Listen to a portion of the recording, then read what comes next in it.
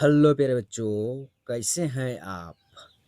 आज हम लोग आज हम इस क्लास में बंधुत्व, जाति तथा वर्ग समाज के अध्याय के महत्वपूर्ण 30 सवाल करने वाले हैं। कितने करने वाले हैं? 30 सवाल करने वाले हैं।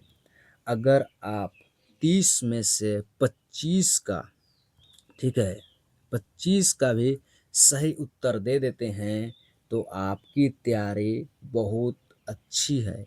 ठीक है, तो चलिए आज इस क्लास में देखते हैं आप कितने सही आंसर दे पाते हैं। तो इस क्लास को शुरू करते हैं। चलिए, और सवाल नंबर 1 है, महाभारत का युद्ध कुरुक्षेत्र के मैदान में कितने दिनों तक चला था? कुरुक्षेत्र के मैदान में कितनों दिन तक चला था? तो ऑप्शन है 14 दिन, 16 दिन और 18 दिन, 20 दिन। कितने दिन तक चला था? इसका सही आंसर हो जाएगा आपका ऑप्शन नंबर सी। कितना दिन? 18 दिन तक चला था कुरुक्षेत्र में महाभारत का युद्ध। तो ये सवाल आपका सही हुआ या गलत? हमको विश्वास है आप सही किए होंगे। चलिए अगला सवाल देखते हैं।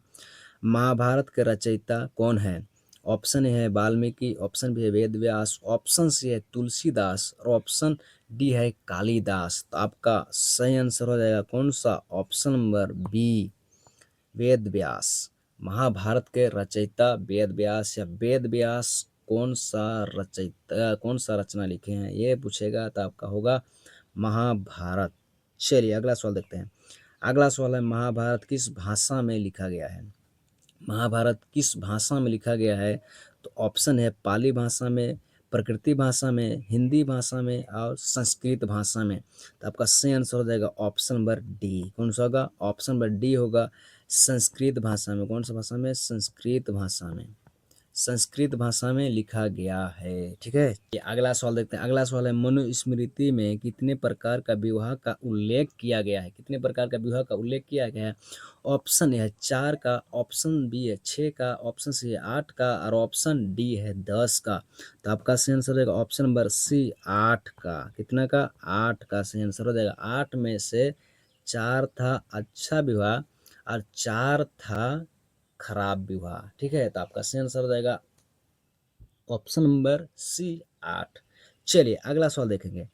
अगला सवाल है, इनमें से कौन सा विवाह का प्रकार उत्तम माना गया है? कितने प्रकार के विवाह थे? 8 प्रकार के। 8 प्रकार में से आप कह दे 4 प्रकार का दिख गया है। 4 प्रकार में से कौन सा उत्तम माना गया? ये सभी अच्छे विवाह हैं। ठीक है, अच्छे विवाह नहीं है, ये गलत है। चलिए, ऑप्शन ए है राक्षस विवाह, ये गलत है। ऑप्शन बी है अर्श विवाह, ऑप्शन सी है पैशाच विवाह, ऑप्शन बी है गंधर्व विवाह। चलिए इसका सही आंसर हो जाएगा कौन सा? ऑप्शन नंबर बी आपका बिल्कुल सही आंसर हो जाएगा। ठीक है, बिल्कुल सही आंसर हो जाएगा अर्श विवाह। चलिए अगला सवाल देखेंगे। अगला सवाल है, महाभारत में कुल कितने वर्ण अध्याय हैं? वर्ण अध्याय कितने हैं? कुल मतलब सबसे पूरा। ठीक है, पूरा कितने हैं? ऑप्शन है 15 है, 16 है, 17 है, 18 है। कितने हैं? ऑप्शन नंबर आपका डी सही आंसर हो जाएगा 18। चलिए अगला सवाल है, प्राचीन काल में वर्ण व्यवस्था का आधार क्या था? वर्ण व्यवस्था का आधार क्या था? ऑप्शन ए है जन्म, ऑप्शन बी है कर्म, ऑप्शन सी है धन और ऑप्शन डी है शिक्षा। तो आपका सही आंसर हो जाएगा ऑप्शन नंबर ए। कौन सा होगा? ऑप्शन नंबर ए सही आंसर होगा जन्म। कौन सा होगा? ए, ए, ए। चलिए अगला सवाल देखते हैं। अगला सवाल है, क्षत्रिय शब्द का अर्थ क्या होता है? क्षत्रिय शब्द का अर्थ क्या होता है? चलिए देखेंगे। ऑप्शन ए है रक्षा करने वाला, ऑप्शन बी है अध्ययन करने वाला, ऑप्शन सी है व्यापार करने वाला और ऑप्शन डी है सेवा करने वाला। तो आपका सही आंसर हो जाएगा ऑप्शन नंबर कौन सा होगा? ए आपका सही आंसर हो जाएगा। बिल्कुल सही आंसर, रक्षा करने वाला। ठीक है, क्षत्रिय शब्द का अर्थ है रक्षा करने वाला। चलिए अगला सवाल देखते हैं। अगला सवाल है, चंडाल समाज में कैसा कार्य करते थे? चंडाल समाज में कैसा कार्य करते थे? क्या काम करते थे या कार्य? ठीक है, चलिए अगला ऑप्शन देखिए। खेत का काम करते थे, ऑप्शन बी है शव को अंतिम संस्कार का काम करते थे, ऑप्शन सी है राजा का सुरक्षा करते थे और ऑप्शन डी है वेद का अध्ययन करते थे। ठीक है, तो आपका कौन सा सही आंसर हो जाएगा, कौन सा का ऑप्शन नंबर बी आपका सही आंसर होगा। शव का अंतिम संस्कार करते थे। चंडाल उन्हें कहा जाता है जो लाश को दफनाते हैं या उनको अंतिम संस्कार करते हैं, जिससे जलाने का भी काम होता है, अंतिम संस्कार, ठीक है, लाश का अंतिम संस्कार करते हैं, उन्हीं को चंडाल कहा जाता है, ठीक है। चलिए अगला सवाल देखते हैं। अगला सवाल है, चंडाल के बारे में मनुस्मृति में क्या नियम था, ठीक है। मनुस्मृति में क्या नियम था चंडालों के लिए, किसके लिए, चंडालों के लिए क्या नियम था। ऑप्शन ए है, वे दिन में गांव आ सकते थे, ये नियम था, गलत है, ठीक है, ये नियम नहीं था, वो गांव नहीं आ सकते थे, वो गांव से बाहर ही रहते थे शमशान घाट में, ठीक है। ऑप्शन ए है, उन्हें नगर में रात में घूमने की अनुमति थी, ये भी आपका गलत आंसर हो जाएगा। अगर गांव में आने नहीं दे रहे तो नगर में कहाँ से आने देगा, बताइए, आप ही सोचिए। चलिए ऑप्शन सी है, उन्हें गांव के बाहर रहना पड़ता था, हाँ ये आपका सही आंसर हो जाएगा। और वे सोने का आभूषण पहनते थे, तो ये गलत हो जाएगा। जो कोई जिसका मृत्यु हो जाता था उनका थाली कपड़ा लाता फेंकते थे ना, उन्हीं कोई लोग पहनता था, कोई सोना उना नहीं पहनता था आभूषण। आपका सही आंसर हो जाएगा कौन सा, ऑप्शन नंबर सी सही आंसर हो जाएगा। चलिए अगला सवाल देखते हैं। अगला सवाल है, बहुपत्नी प्रथा क्या है, बहुपत्नी प्रथा क्या है। ऑप्शन ए, एक पुरुष की कई पत्नियां, और ऑप्शन बी है, एक स्त्री के कई पति, और ऑप्शन सी है, बिना विवाह के साथ रहना, और ऑप्शन डी है, इनमें से कोई नहीं। तो आपका सही आंसर हो जाएगा ऑप्शन नंबर कौन सा होगा, ए आपका सही आंसर हो जाएगा। एक पुरुष के कई पत्नियां, एक पुरुष के एक से अधिक पत्नियां होती है तो उसे कहते हैं बहुपत्नी प्रथा। आज भी किसी किसी गांव में या किसी किसी व्यक्ति के एक से अधिक पत्नी पाए जाते हैं, हाँ कि नहीं, बताइए आप, है ना। चलिए अगला सवाल देखते हैं। अगला सवाल है, बहुपति बहुपति प्रथा का उदाहरण कौन सा है, बहुपति प्रथा का उदाहरण कौन सा है।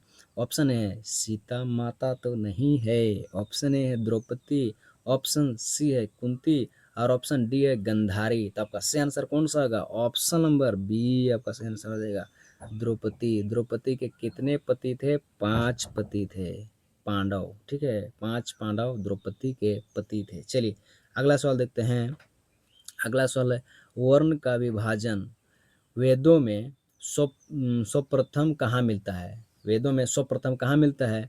ऑप्शन है, ऋग्वेद में, यजुर्वेद में, सामवेद में, अर्थवेद में। तो आपका सही आंसर हो जाएगा ऑप्शन नंबर ए, कौन सा होगा, ऑप्शन नंबर ए होगा ऋग्वेद में। कौन सा वेद में मिलता है, ऋग्वेद में। चलिए अगला सवाल देखते हैं। अगला सवाल है, वर्ण व्यवस्था के अनुसार चौथा अंतिम वर्ण कौन सा था, चौथा सबसे निचला वर्ग कौन सा था। तो ऑप्शन ए है, ब्राह्मण, क्षत्रिय, वैश्य और शूद्र। तो आपका सही आंसर हो जाएगा ऑप्शन नंबर डी, कौन सा होगा, ऑप्शन नंबर डी आपका सही आंसर होगा शूद्र, ठीक है। चलिए अगला सवाल देखते हैं। अगला सवाल है, वर्ण परंपरा किसके नाम से, किसके नाम से चलती है, वर्ण परंपरा किसके नाम से चलती है। ऑप्शन है, पिता के नाम से, माता के नाम से, और बड़े भाई के नाम से, ऑप्शन डी इनमें से कोई नहीं। तो ये तो आपका गलत ही हो जाएगा, इनमें से कोई नहीं बोल दिया है। तो आपका होगा ऑप्शन नंबर ए, कौन सा होगा, ऑप्शन नंबर ए होगा पिता के नाम से। वर्ण व्यवस्था पिता के नाम से चलता है। अगर आप कहीं या किसी स्थान में जाइएगा तो आपके पिता के द्वारा ही आपका पहचान होता है। छोटा समय बड़ा हो जाइएगा तो आपका नाम तो ऐसे ही बहुत बड़ी है, हर कोई जानता है, बच्चा बच्चा, ठीक है। चलिए अगला सवाल देखते हैं। अगला सवाल है, बाह्य विवाह का अर्थ क्या है, ठीक है, बाह्य विवाह का अर्थ क्या है। ऑप्शन ए है गोत्र के बाहर, ऑप्शन सी है, ऑप्शन बी है गोत्र के भीतर, और ऑप्शन सी है भाई बहन विवाह, और ऑप्शन डी है इन कोई नहीं, ठीक है, कोई नहीं कोई नहीं कोई नहीं। तो ऑप्शन आपका ए आपका सही आंसर हो जाएगा कौन सा, गोत्र के बाहर विवाह, ठीक है। चलिए अगला सवाल देखते हैं। अगला सवाल है,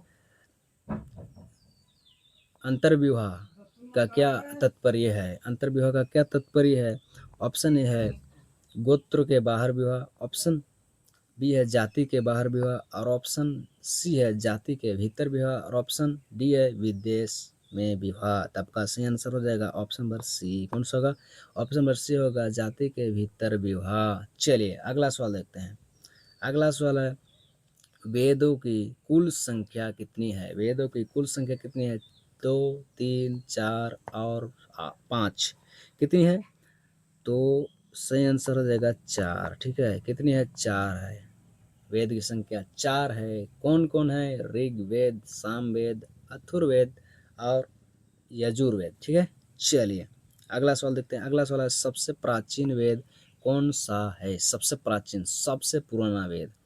सामवेद, यजुर्वेद, अर्थवेद, ऋग्वेद। तो आपको सबसे पुराना पूछ देगा तो आपको सही आंसर लगाना है कौन सा? ऋग्वेद। ठीक है, सबसे पुराना वेद ऋग्वेद। चलिए अगला सवाल देखते हैं। अगला सवाल है द्रौपदी का विवाह कितने पांडव के बीच हुआ था? कितने पांडव के बीच हुआ था? 1 पांडव, 3 पांडव, 5 पांडव, 7 पांडव। कितने पांडव? ऑप्शन नंबर आपका सी हो जाएगा 5 पांडव। कितने पांडव? 5 पांडव के साथ विवाह हुआ था। किसका? द्रौपदी का। ठीक है, द्रौपदी मुर्मू नहीं। ठीक है, द्रौपदी मुर्मू नहीं, द्रौपदी केवल। ठीक है, चलिए अगला सवाल देखिए। अगला सवाल है शूद्र शूद्र का मुख्य कार्य क्या था? शूद्र का मुख्य कार्य क्या था? तो ऑप्शन है व्यापार, शासन, सेवा, युद्ध। तो आपका सही आंसर हो जाएगा कि गलत आंसर? सही आंसर होगा ऑप्शन नंबर सी होगा, सेवा। ठीक है, शूद्र का कार्य था सेवा करना, मुख्य कार्य। ठीक है, चलिए अगला सवाल देखते हैं। अगला सवाल है आरंभिक समाज में परिवार का मुखिया कौन होता है या था? ठीक है, होता है या था? अगर अभी भी देखा जाएगा तो अभी भी। ठीक है, ऑप्शन ए है माता, ऑप्शन बी है पिता, पुत्री और बहन। तो आपका सही आंसर हो जाएगा ऑप्शन नंबर बी। कौन सा होगा? ऑप्शन नंबर बी सही आंसर का पिता। अभी भी देखा जाए तो हर परिवार का मुखिया पिता ही होते हैं। ठीक है, चलिए अगला सवाल देखते हैं। अगला सवाल है महाभारत के अनुसार कुरुवंश का संबंध किस वर्ण से था? कुरुवंश का संबंध किस वंश से था? तो ऑप्शन है ब्राह्मण से, क्षत्रिय से, वैश्य से और शूद्र से। तो आपका सही आंसर हो जाएगा ऑप्शन नंबर बी। कौन सा होगा? ऑप्शन नंबर बी होगा क्षत्रिय से। कौन सा? क्षत्रिय से। चलिए अगला सवाल देखते हैं। अगला सवाल है अभिमन्यु किसका पुत्र था? अभिमन्यु किसका पुत्र था? बोला है ना, अभिमन्यु का चक्कर में फंसने का नहीं है। ठीक है, तो किसका पुत्र था अभिमन्यु? ऑप्शन ए भीष्म का, ऑप्शन बी है अर्जुन का और ऑप्शन सी है नकुल का और ऑप्शन डी है सदैव का। तो आपका सही आंसर कौन सा होगा? Option number B. Option number B सही आंसर हो जाएगा, अर्जुन का पुत्र था, वही अर्जुन। जान रहे ना? ठीक है। द्रोणाचार्य किसके गुरु थे? द्रोणाचार्य किसके गुरु थे? ऑप्शन है पांडव और कौरव के, ऑप्शन बी है यादव के, ऑप्शन सी है मौर्य के और ऑप्शन डी है गुप्त के। तो आपको ये तो गलत ही मार देना है तीनों को सारा। ऑप्शन नंबर आपका कौन सा होगा? ए सही आंसर हो जाएगा, पांडव और कौरव। ठीक है, अगला सवाल है महाभारत का युद्ध किनके बीच हुआ था? किनके बीच हुआ था? ऑप्शन है चोल, पल्लव और ऑप्शन बी है कौरव और पांडव, ऑप्शन सी है शक, कुषाण और ऑप्शन डी है मौर्य गुप्त।